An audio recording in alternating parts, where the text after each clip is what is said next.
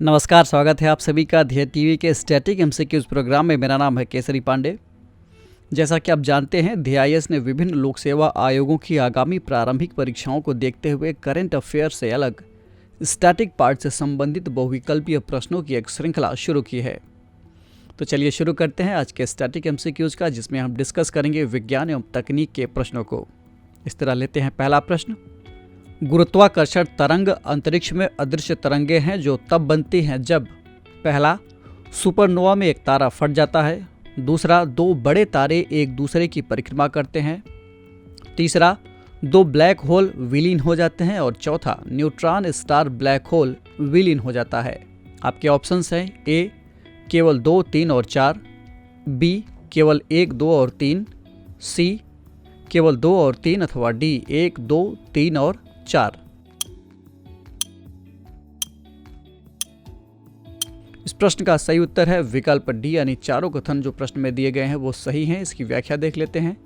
गुरुत्वाकर्षण तरंगे अदृश्य तरंगे हैं जो तब बनती है जब अंतरिक्ष में निम्नलिखित घटनाएं घटती हैं। पहला, सुपरनोवा में एक तारा फट जाता है। दूसरा, दो बड़े तारे एक दूसरे की परिक्रमा करते हैं। तीसरा, दो ब्लैक होल विलीन हो जाते हैं। और चौथा, न्यूट्रॉन स्टार ब्लैक होल विलीन हो जाता है। ये प्रकाश की गति यानी 1,86,000 मील प्रति सेकंड से यात्रा करते हैं और अपने रास्ते में आने वाले किसी भी पदार्थ को संपीड़ित कर सकते हैं। संपीड़ित यानी जनरल भाषा में कहें तो कॉम्प्रेस कर सकते हैं। बढ़ते हैं दूसरे प्रश्न की ओर। निम्नलिखित में से कौन डिजिटल इंडिया के 9 स्तंभों में शामिल है? पहला, पब्लिक इंटरनेट एक्सेस कार्यक्रम। दूसरा, सभी के लिए सूचना। तीसरा, इलेक्ट्रॉनिक्स विनिर्माण। चौथा, नौकरियों के लिए आईटी। और पांचवा, अर्ली हार्वेस्ट कार्यक्रम। विकल्प हैं ए केवल 1 और 4, बी केवल 1, 2, 3 और 4, सी केवल 2 और 3 अथवा डी 1, 2, 3, 4 और 5।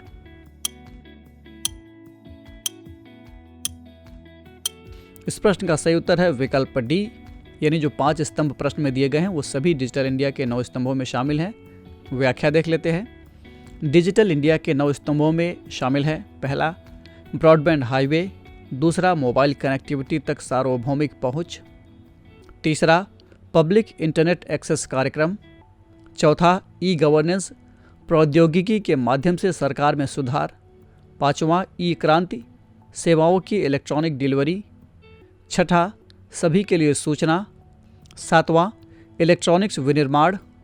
आठवां, नौकरियों के लिए आईटी। और नौवां, अर्ली हार्वेस्ट कार्यक्रम। बढ़ते हैं तीसरे प्रश्न की ओर। हाल ही में किसके द्वारा ब्लॉकचेन पर राष्ट्रीय रणनीति जारी की गई है? ऑप्शंस हैं ए इलेक्ट्रॉनिक्स तथा सूचना और प्रौद्योगिकी मंत्रालय द्वारा, बी विज्ञान एवं प्रौद्योगिकी मंत्रालय द्वारा, सी व्यापार मंत्रालय द्वारा अथवा डी नीति आयोग द्वारा।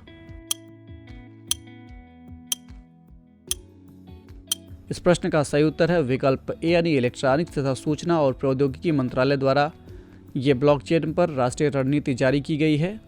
यही इसकी व्याख्या भी है, इसमें कुछ अलग से व्याख्या में नहीं है। बढ़ते हैं चौथे प्रश्न की ओर। CRISPR यानी क्रिस्पर आधारित जेनेटिक इंजीनियरिंग तकनीक का प्रयोग निम्नलिखित में से किन क्षेत्रों में किया जा सकता है? पहला, मनुष्यों को संक्रमित करने वाले मच्छरों की आबादी को रोकने में। दूसरा, फसल उत्पादन बढ़ाने में। तीसरा, जैव ईंधन के उत्पादन में सुधार करने में। और चौथा, DNA अथवा mRNA की लाइव इमेजिंग करने में।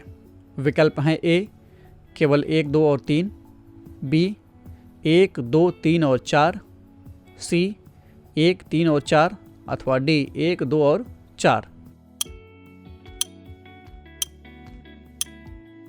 इस प्रश्न का सही उत्तर है विकल्प बी, यानी चारों अनुप्रयोग हैं जो कि क्रिस्पर आधारित जेनेटिक इंजीनियरिंग तकनीक में किए जा सकते हैं। इसकी व्याख्या देख लेते हैं।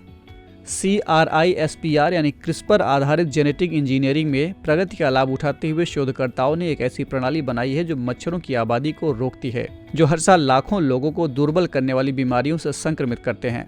क्रिस्पर के अनुप्रयोग निम्नलिखित क्षेत्रों में किए जा सकते हैं। पहला है जीनोम एडिटिंग के लिए। दूसरा, क्रिस्पर अथवा Cas9 की मध्यस्थता वाले क्रोमैटिन इम्यूनोप्रेसिपिटेशन में। तीसरा, ट्रांसक्रिप्शनल सक्रियण और दमन में। चौथा, क्रिस्पर अथवा Cas9 के साथ एपीजेनेटिक संपादन। पांचवा, DNA अथवा mRNA की लाइव इमेजिंग। छठा, चिकित्सीय अनुप्रयोग। 7वां फसल उत्पादन में वृद्धि और 8वां रोगाणुरोधी प्रतिरोध से लड़ना। बढ़ते हैं आज के इस कार्यक्रम के अंतिम प्रश्न की ओर यानी 5वें प्रश्न की ओर। निम्नलिखित में कौन सा अथवा कौन से कथन सत्य हैं? पहला, भारत जीएम चावल की व्यावसायिक खेती की अनुमति नहीं देता है। दूसरा, जेनेटिक इंजीनियरिंग मूल्यांकन समिति भारत में जीएम फसलों की सर्वोच्च नियामक है। तीसरा, जीएम बीज कंपनियों को अनिवार्य रूप से भारत में जीएम फसलों के फील्ड परीक्षण करने के लिए जेनेटिक इंजीनियरिंग मूल्यांकन समिति से अनुमति लेनी होगी। ऑप्शंस हैं ए केवल 2, बी केवल 1 और 2, सी केवल 2 और 3 अथवा डी 1, 2 और 3।